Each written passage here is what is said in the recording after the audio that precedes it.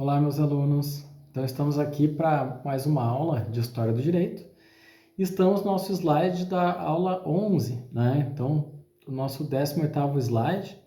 E estamos falando sobre História do Direito no Brasil, né? Então, o livro base que nós vamos usar durante a História do Direito no Brasil é do Antônio Carlos Volckmer. Então, vocês têm o nome dele lá. Os livros dele são fáceis de encontrar e é um livro interessantíssimo, além do As Veias Abertas da América Latina, eu recomendo muito para vocês, tá legal?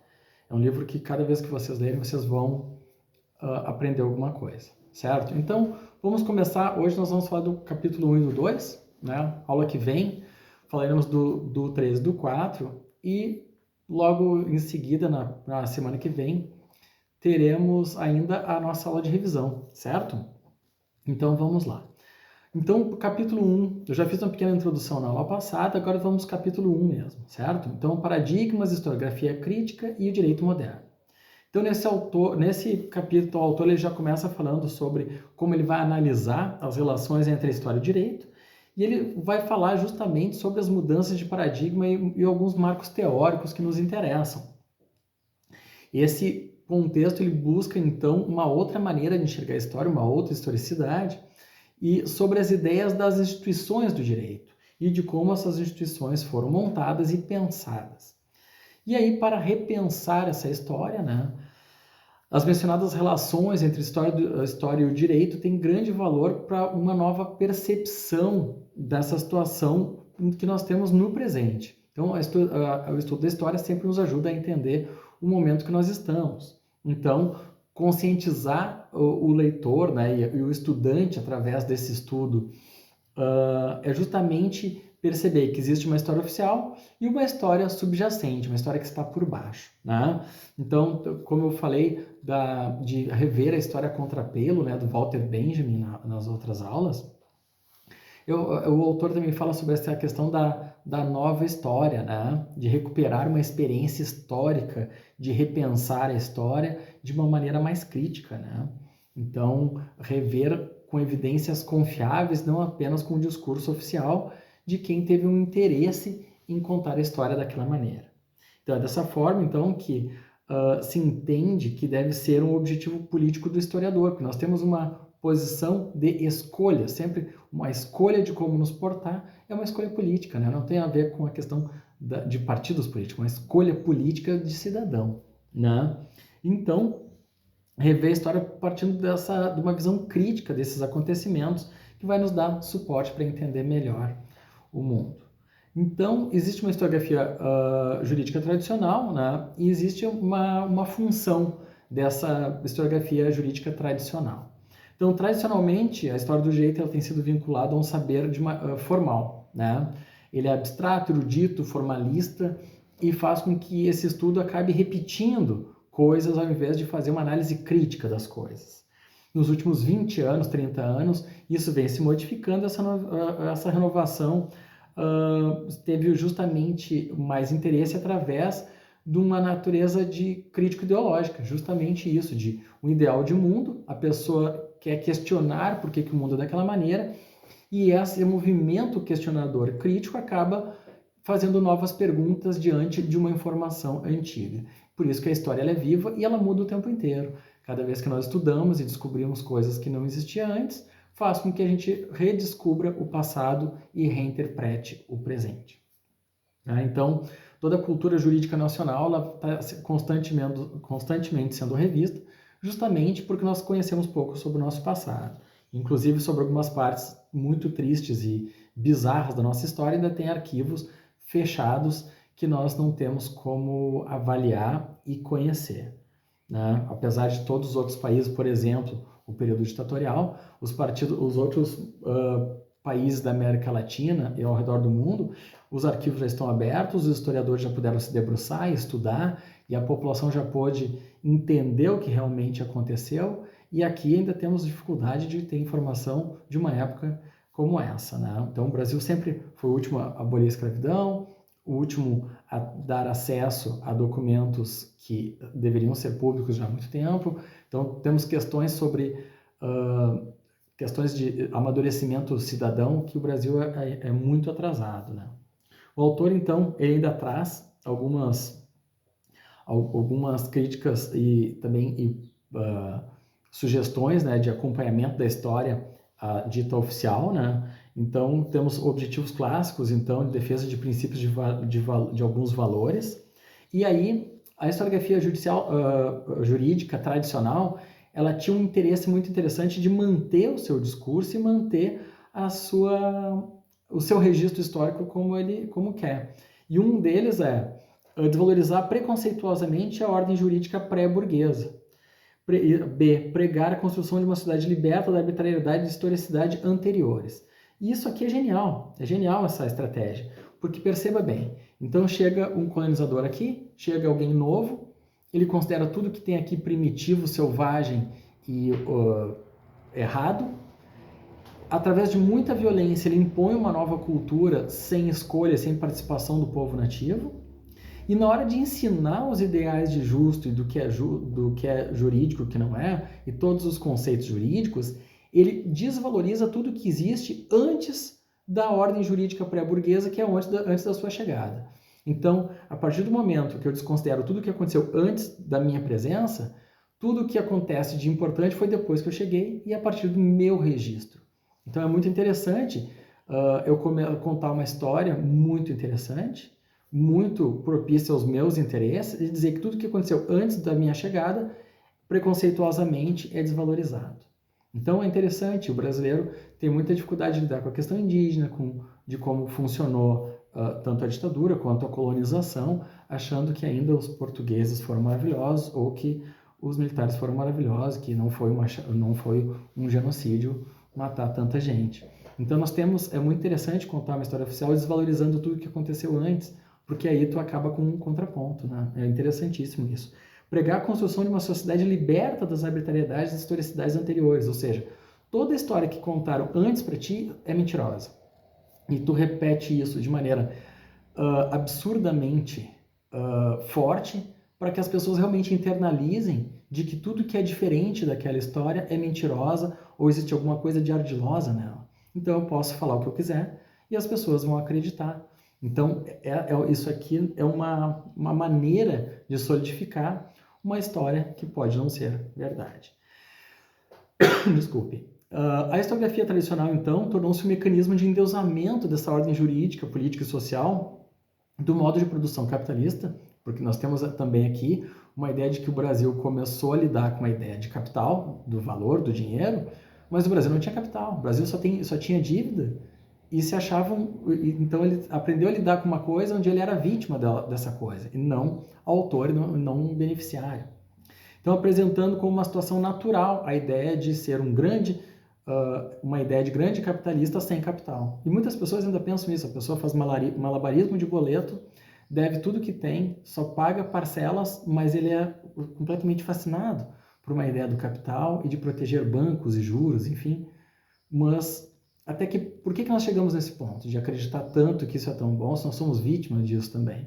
Então, esse equilíbrio de uma análise crítica é interessante para poder pensar o mundo do que é bom, o que é ruim, em todas as coisas tem coisas boas e coisas ruins.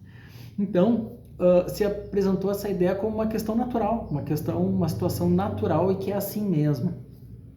Nessa medida, sendo uma disciplina de justificação da ordem legal, ela foi perdendo significação.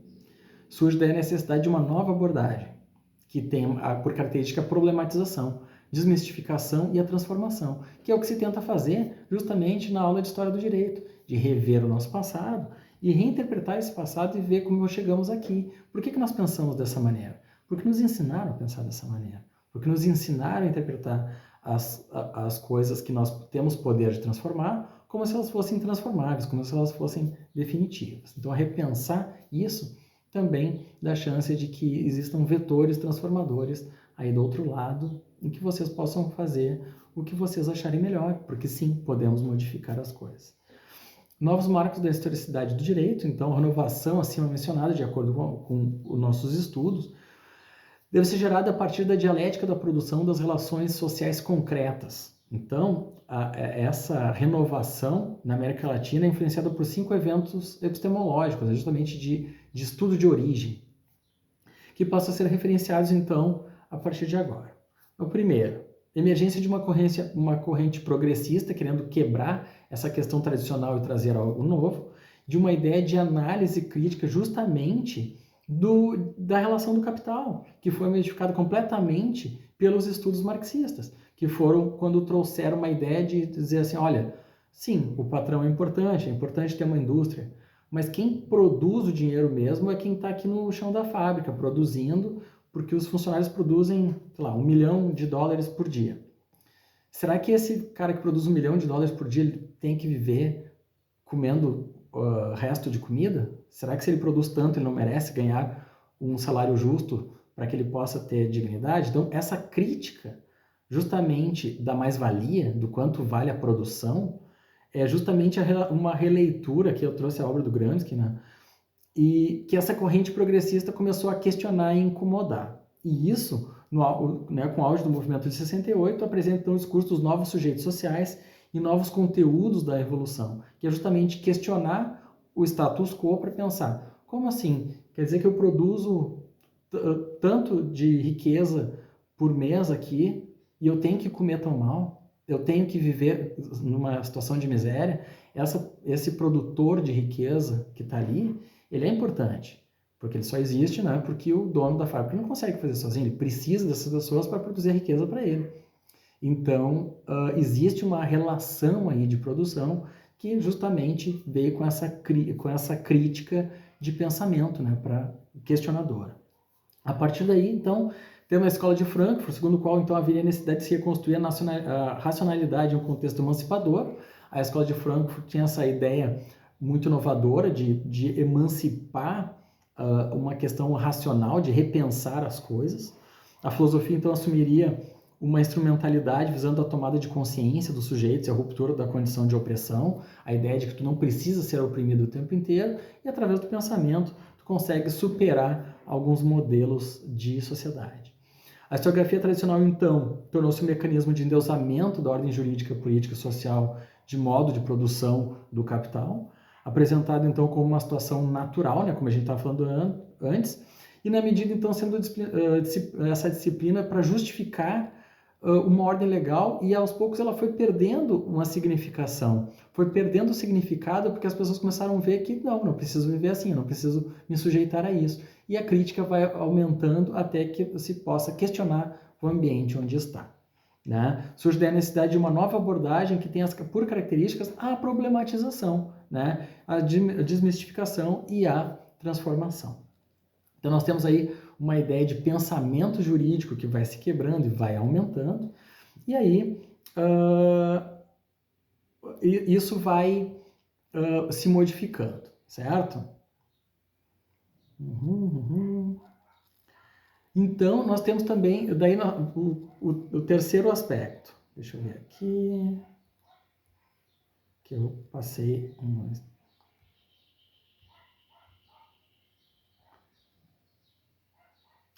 certo. E aí, o terceiro ponto, a escola francesa então dos análises, que tinha como principais objetivos ultrapassar o positivismo histórico, que é a ideia do positivismo estrito sobre a história, né?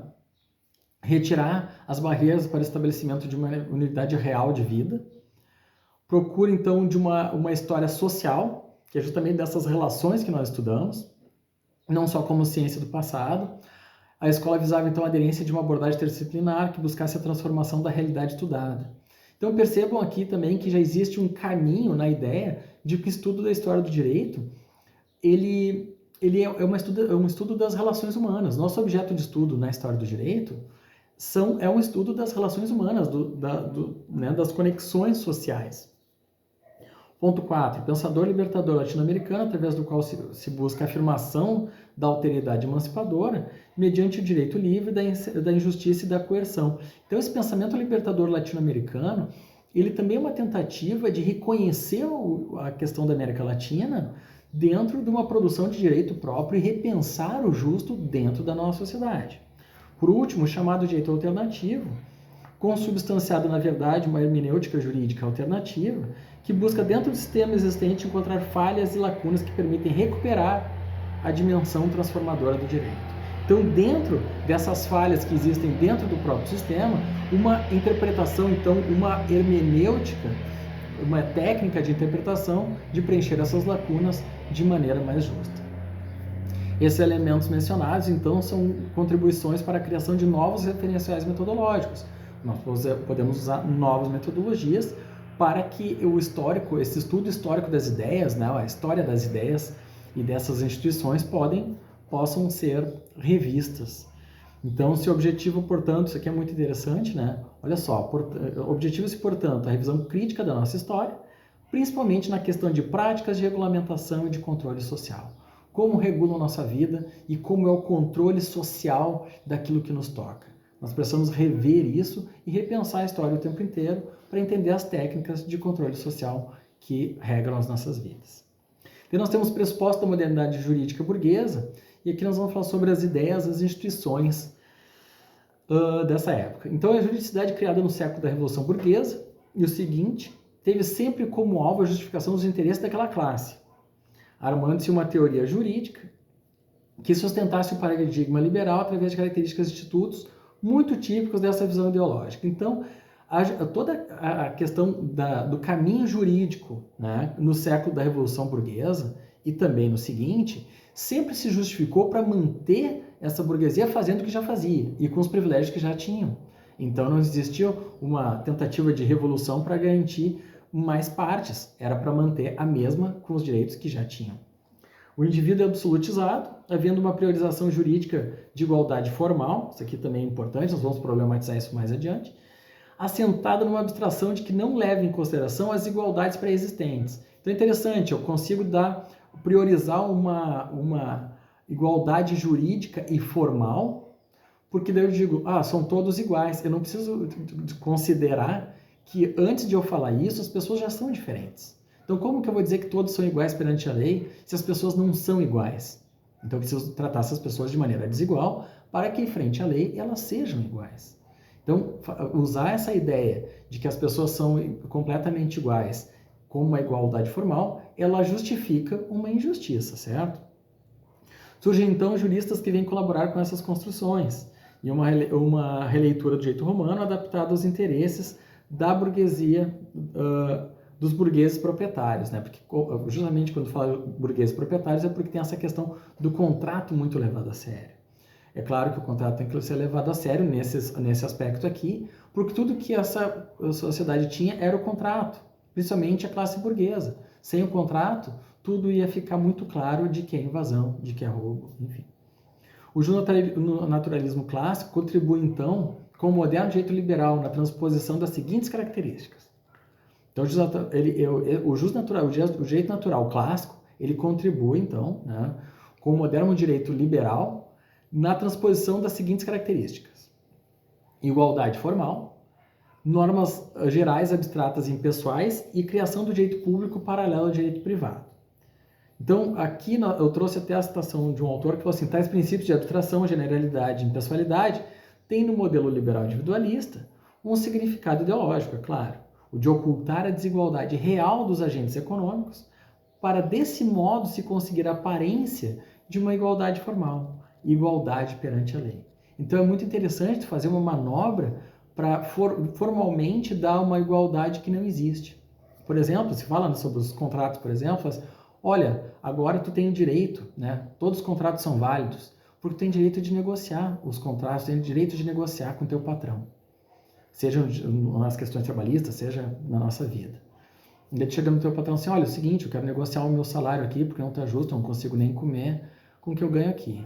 O teu patrão vai negociar contigo da seguinte maneira, ele vai dizer, ou tu aceita, ou tem mais 10 querendo o teu lugar. Não existe negociação. Se não considerar uma diferença de poder aí na hora de negociar, e não garantir direitos para quem está trabalhando, ele vai perder sempre. Imaginem vocês, em todos esses contratos de internet, cada vez que vocês apertam um OK, vocês aceitam um contrato e uma condição para o uso de aplicativos e programas o tempo inteiro, seja no celular, seja no notebook. Cada vez que vocês apertam aquele OK, vocês estão aceitando um contrato. Tentem renegociar aquele contrato. Que tipo de situação vai ter? Não, ou é esse contrato, ou então não vai usar o serviço. Tentem negociar o contrato de cartão de crédito. Vocês têm liberdade de negociar esse contrato com esse juro aí de 400% que vocês pagam?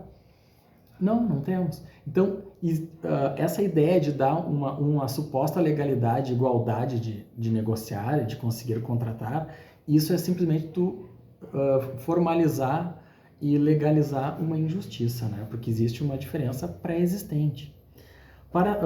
Passa a se discorrer sobre alguns institutos da juridicidade moderna, a começar pelo direito de propriedade, o que exclui do seu gozo qualquer outro não proprietário. Então aqui também é muito interessante, que a partir do momento que eu dou muita importância para um contrato, para um direito de propriedade, só quem tem aquele contrato é proprietário. Todos os outros que eram donos, mas não tinham contrato, passaram agora a perder a sua propriedade. Então eu dou tanto valor para aquela questão legal, né, que todos que não têm aquilo ali acabam de perder a sua propriedade. Outro instituto característico é o contrato, que é a sequência disso que nós estamos falando. Símbolo máximo do poder da vontade individual, né, da suposta vontade individual, que esconde a desigualdade existente entre as pessoas, uma vez que pressupõe uma igualdade formal somente existente entre os próprios burgueses. Então, entre os burgueses podia ter uma igualdade formal para negociar, mas entre eles e todos os outros existia uma relação de poder, não de igualdade. E aí justificava todas as injustiças e abusos que aconteciam a partir dali. Aqui, citando Orlando Gomes, lembra-se que a apregoada liberdade contratual tem sido uma fonte das mais clamorosas injustiças. E é uma verdade até hoje, né? Essa ideia de que somos livres para negociar, até que ponto somos livres mesmo, né? Porque o direito deveria nos proteger, né? As leis deveriam nos proteger para que não tivesse contratos abusivos. Para entender o direito moderno, afirma então o autor que nós trouxemos aqui, deve-se reconhecer categorias nucleares, né, do sujeito de direito e do direito subjetivo. Aquele que o ente moral livre e igual, enquanto esse é a faculdade moral que permite o sujeito defender seus interesses materiais e morais. Então eu preciso reconhecer, né, que o cidadão possa lutar por essa questão do direito dentro dos seus valores e que ele precisa ter uma análise crítica para poder requerer essa análise crítica, fazer uma análise crítica para requerer esse direito que ele tem.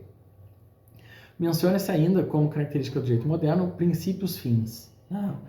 Como a segurança, a certeza jurídica e fazendo as diferenciações entre elas. Igualmente, então, se transita entre alguns tipos de visão filosóficas, né? Hegemônicas nesse caso, quais sejam o justnaturalismo e o positivismo jurídico. Então nós temos aqui dentro desse texto esses dois aspectos. O justnaturalismo é direito de valores e positivismo jurídico é justamente a questão de regulamentação positiva codificada. O justnaturalismo tem como fundamento a existência de uma ordem jurídica a priori, valores anteriores, inclusive, à formação do Estado, né? O direito natural ele considera valores, inclusive, anteriores ao homem, algo que é definitivo e constante, na crença de que isso é um preceito maior. Todavia, a defesa desse direito pretensamente eterno e universal buscava esconder na verdade os reais beneficiários de seus princípios, fundados no liberal contratualismo e racionalismo do século XVIII. Então, de novo, a ideia é que tu consegue pegar valores, mesmo questões de direito natural, que o direito natural também fala sobre liberdade, sobre a questão de autonomia. Mas eu preciso considerar as diferenças anteriores para que eu consiga justiça. Se eu não levar em consideração essas características humanas, eu acabo fazendo mais injustiças do que eu já tinha. Certo? Vamos seguir aqui. Nós temos ainda um caminho. Deixa eu ver aqui. Contudo, então, a expressão máxima do racionalismo moderno foi o positivismo, que, ao contrário do justnaturalismo, rejeitava qualquer ordem anterior, pois tudo estava regulamentado numa normativa de hierarquia. Ao contrário da questão de valores, o positivismo era só uma questão formal. Então, fruto dessa sociedade burguesa, então fundada nesse progresso industrial, técnico e científico, na pretensão de pacificar essas relações entre capital e trabalho, né? Sempre teve essa tentativa de lidar com o capital e com o trabalho através de regras de controle. E aí nós vamos chegar no capítulo 2 do livro, que é justamente o direito na época do Brasil colonial, porque essas regras de trabalho, apesar de nos outros países ainda a escravidão já não ser aceita, aqui se aceitava um liberalismo com a escravidão. Como que alguém vai ser liberal e escravocrata ao mesmo tempo? No Brasil se foi. Então, os primórdios da estrutura político-econômica brasileira. Nesse capítulo, então, tendo já falado sobre os traços do direito moderno ocidental, vamos explorar então uma questão de transposição daquele modelo jurídico ao Brasil colonial, né? Bem como de que forma essa transposição ocorreu e que influências, né, os interesses da metrópole, então, ocorreu na questão social que existia aqui no Brasil colônia. Então, vê-se, então, por esse texto que a convivência é um sistema patrimonialista e, ao mesmo tempo, de burocracia, então, liberal individualista, que é isso que nós vamos ver, representava, então, esse paradoxo, explicado por elementos econômicos, sociais, ideológicos e políticos. Para a melhor compreensão do tema, é o que passamos a falar na sequência desses slides. Então, como é sabido, o modo de produção colonial era baseado complementariamente em relação à metrópole e a constituição dos monopólios, principalmente agrícolas de exportação. Primeiros séculos, após o descobrimento ou invasão, portanto, a produção brasileira refletiu tão somente os interesses da metrópole. Inclusive, nesses séculos, o Brasil era tão explorado pela metrópole que o Brasil, mesmo que tivesse condição de produzir algo, primeiro ele teria que ver se não estaria concorrendo com algo que a metrópole produzia. Porque mesmo que ele pudesse produzir, ele não poderia se fosse causar algum dano à metrópole. Então nós estávamos plenamente a serviço dessa, né, do colonizador como fonte de riqueza. No que concerne à formação social, é se dizer que se baseava na derivação do sistema feudal, com laço no latifúndio e na mão de obra escrava. Portanto, o sistema aglutinava certas práticas de base feudal, como uma incipiente economia na exportação concentrada na produção escravista. Então, nós éramos exportadores de material muito barato, porque nossa mão de obra era explorada. Interessante que até hoje o Brasil ele só exporta matéria-prima. Até hoje o Brasil, as empresas querem vir para cá para investir no Brasil, as empresas estrangeiras principalmente querem vir para cá porque querem explorar o Brasil, explorar uma mão de obra barata, num tipo de, não escravidão, mas, né, tirar vantagens. A empresa estrangeira não vai vir para um país para investir nele. Ela vem para explorar, ver quais são as fragilidades, para ver quanto eu posso tirar daqui e levar esse dinheiro embora. Então, até que ponto isso é interessante? Por que essa regulamentação não precisa ser um pouco mais forte? Isso acontece com o Brasil desde sempre, né? Nós temos essa posição de chamar o estrangeiro para explorar a nossa mão de obra já há bastante tempo.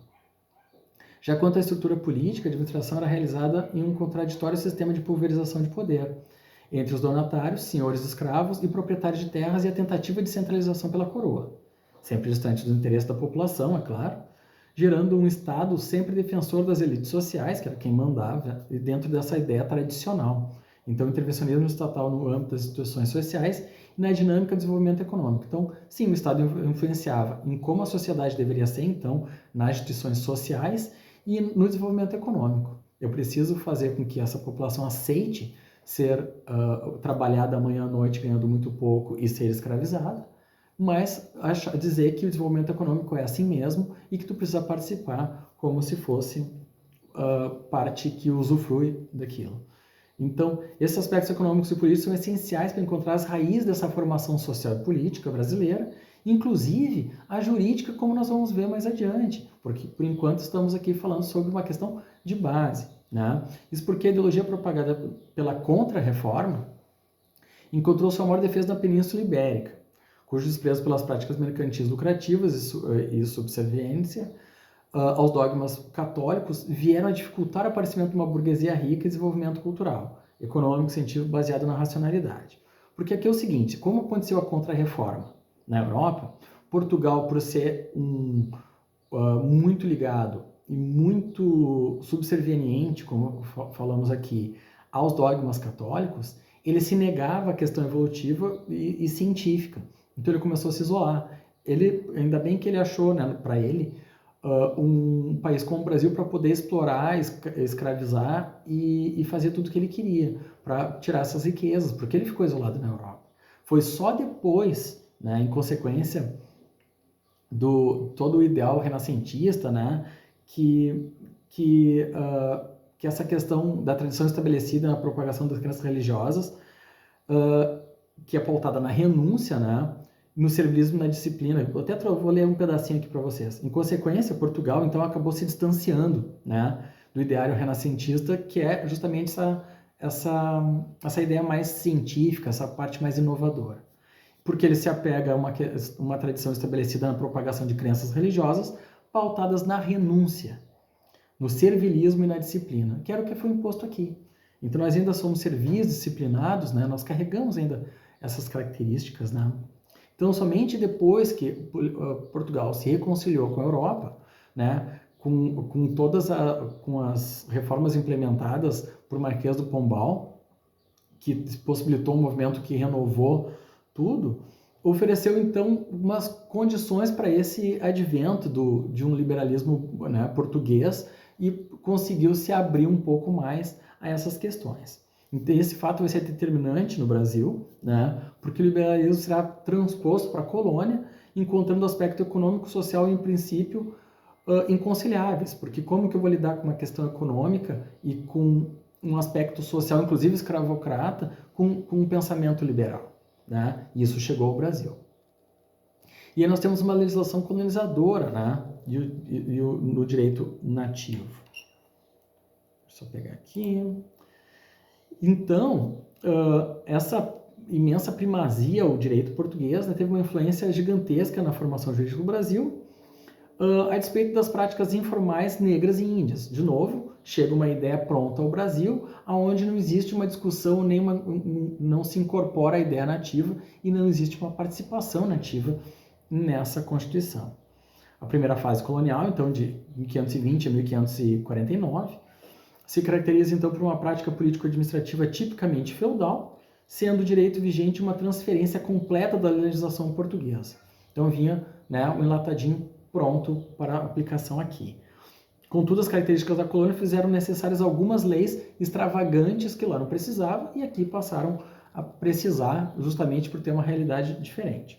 Como a lei da boa razão, que diminuía essa autoridade de direito romano, né, e visava então favorecer a metrópole, né, um modelo que viria a ser repetido por toda a história brasileira, onde dissocia entre a elite governante e a imensa massa da população. Essa ideia dessa lei extravagante que foi usada no Brasil para desvincular as ideias da justiça, para proteger a metrópole dentro de uma legislação própria, e existe até hoje. Por isso tem uma diferença social, mesmo um país que supostamente é rico, com tanto petróleo, apesar do petróleo cada vez ser menos nosso, está na terra brasileira, esse minério deveria ser brasileiro, a serviço do brasileiro.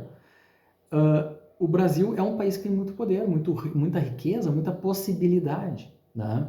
Mas justamente esses modelos que distanciam a grande parcela da população das minorias faz com que uma pequena parcela do Brasil consiga absorver e usufruir de todas as suas benesses, e a grande maioria produz muita riqueza, mas não usufrui. Que produz, trabalha muito, tem muita capacidade, tem muita força de trabalho, mas usufrui muito pouco dessas capacidades, né? Então, não é do nada que nós temos dificuldade de quebrar esses modelos até hoje, porque fomos ensinados também a trabalhar dessa maneira e achar que isso é justo, né?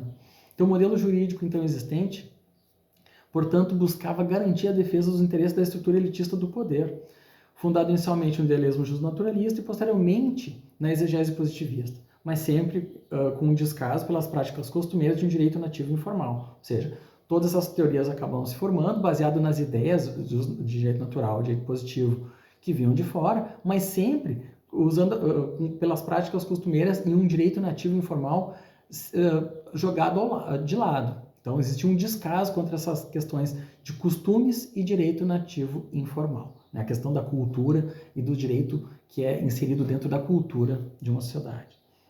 Desde o século XVII, então, a elite dominante e seus letrados servis buscavam justificar sob o aspecto religioso, moral e jurídico um projeto cristão colonialista, que é o que existiu, colocando em relevo a legitimidade da escravidão e a fundamentação das normas institucionalizavam esse controle. Então, apesar de já ter uma ideia jurídica que poderia ser importada ao Brasil e que, se ela funcionasse como funcionava em Portugal, teria que respeitar mais as pessoas, aqui essas mesmas regras teriam que conviver com a escravidão. Então, teriam que garantir o uso das benesses comerciais do colonizador frente a esse grande depósito de riqueza que era o Brasil, e ao mesmo tempo não poderia libertar essas pessoas. A escravidão teria que estar justificada dentro desse mundo jurídico, então ela teria que ser legitimada, né? Para que esse modelo elitista patrimonialista funcionasse, era necessária a sua institucionalização por meio de preparados atores profissionais irregulares em instâncias processuais.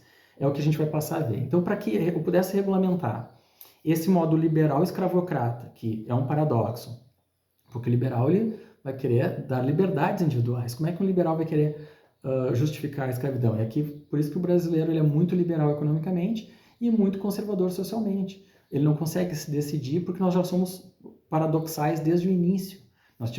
Nós aprendemos a sermos liberais economicamente e socialmente nós aceitávamos a escravidão. Então, esse modelo elitista ele tinha que preparar atores profissionais, né, agentes que trabalham reproduzindo esse tipo de valor e algumas instâncias processuais que garantissem a manutenção desses pensamentos. Porque mesmo na Europa esses pensamentos já não tinham mais sentido, eles já tinham dificuldade de sobreviver. Eles precisavam sobreviver aqui para justificar o que a metrópole queria. Então, os operadores jurídicos e a administração da justiça. A princípio, durante o período das capitanias hereditárias, eram os donatários responsáveis pela administração da justiça. Situação que veio a modificar com o evento dos governadores gerais, que foi a evolução da decisão das questões jurídicas dentro dessas áreas. Evoluindo para a criação de uma justiça colonial, que visava então tornar mais fácil impor um sistema de jurisdição centralizadora de interesse da coroa. Então, se conseguiu centralizar, a coroa conseguiu centralizar as decisões jurídicas para que eu pudesse ter um controle do ideal de justo e garantir as suas questões contratuais e formais frente aos abusos que cometiam na época. Uma estrutura inicial teve que ser dilatada diante do crescimento das cidades.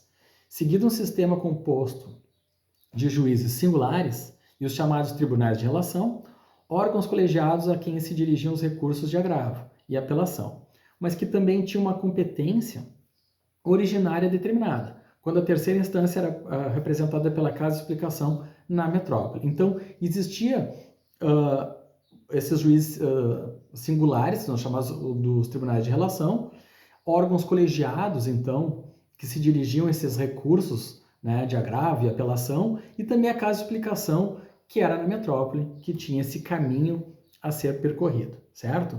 Foram criados tribunais de relação no Brasil, primeiramente na Bahia, depois no Rio de Janeiro, e essa composição era formada praticamente na sua totalidade por portugueses. Então, esses tribunais eram portugueses. Ou ainda por brasileiros que eram formados lá na metrópole. Isso era um pré-requisito importantíssimo. Então, os magistrados revelavam lealdade e obediência aos valores da metrópole, mesmo brasileiros, resultando em benefícios nas futuras promoções e recompensas. Ou seja, decide de acordo com a metrópole, senão tu não vai ter nem promoção e nem recompensas pelas suas decisões. Então existia um controle muito forte dentro das decisões judiciais, principalmente nessa época. Em geral, a escolha do magistrado era feita com base num recrutamento que garantisse um padrão mínimo, mas vinculado sempre ao, olha só que interessante, apadrinhamento. Então esses magistrados eram feitos através de indicação de apadrinhamento e não por mérito, né? Não por uma carreira jurídica. Esses juristas deveriam ser formados na Universidade de Coimbra e ter exercido a profissão por pelo menos 2 anos. Então eles eram formados em Portugal para defender os direitos de Portugal, e aí tem um paradoxo interessantíssimo, porque se ele fosse aplicar aqui exatamente o que tivesse aprendido lá em Coimbra pelos valores do direito português, ele, quando chegaria aqui, ele teria que respeitar mais o direito nativo. E ele não podia. Por isso que tinha uma questão de apadrinhamento, uma questão de promoção e de controle dessa jurisdição, porque ele não poderia nem decidir como era o direito já em Portugal. Aqui ele teria que distorcer um pouco esse direito para conseguir defender os interesses da coroa, porque sim, já sabia que naquela época era algo injusto. Todavia, também houve a presença da justiça eclesiástica, e não obstante nunca ter ocorrido um tribunal de inquisição no solo brasileiro. Então, a Inquisição não teve um tribunal aqui, porque os casos mais graves eram julgados em Portugal. Nesse sistema de dominação, não havia lugar para os judeus, cristãos, novos, muçulmanos, negros, mulatos, ciganos, heterodoxos ou contestadores de outra questão qualquer. Então, também existia uma questão religiosa muito opressora ali. Portanto, tanto na administração convencional da justiça quanto nos tribunais eclesiásticos, o padrão político-administrativo era caracterizado por um perfil de teor predominantemente excludente. Então, os tribunais, eles eram excludentes, porque se eles incorporassem os valores humanos que o direito já pregava naquele momento, ele não ia defender de maneira eficiente os valores pregados pela metrópole. Então, aqui vocês já têm um tom de como aconteceu a evolução do direito no Brasil e de como foi preparado esse terreno para que o direito fosse como é. Por isso que nós temos que quebrar muitas barreiras, inclusive hoje. Por isso que até hoje é tão difícil falar sobre direitos humanos. Por isso que até hoje é muito mais grave quebrar uma vidraça e roubar um banco do que deixar uma pessoa morrer de fome. Por que nós temos esses valores contratuais, formais e econômicos muito maiores do que as questões humanas? O nosso direito ele nasceu assim. Nosso direito, a evolução da história das ideias jurídicas no Brasil cresceu assim. E é isso que a gente vai ver a partir do capítulo 13 e 4, que nós vamos ver na próxima aula. Tá bem, pessoal? Até a próxima aula, então. Um abraço. Tchau.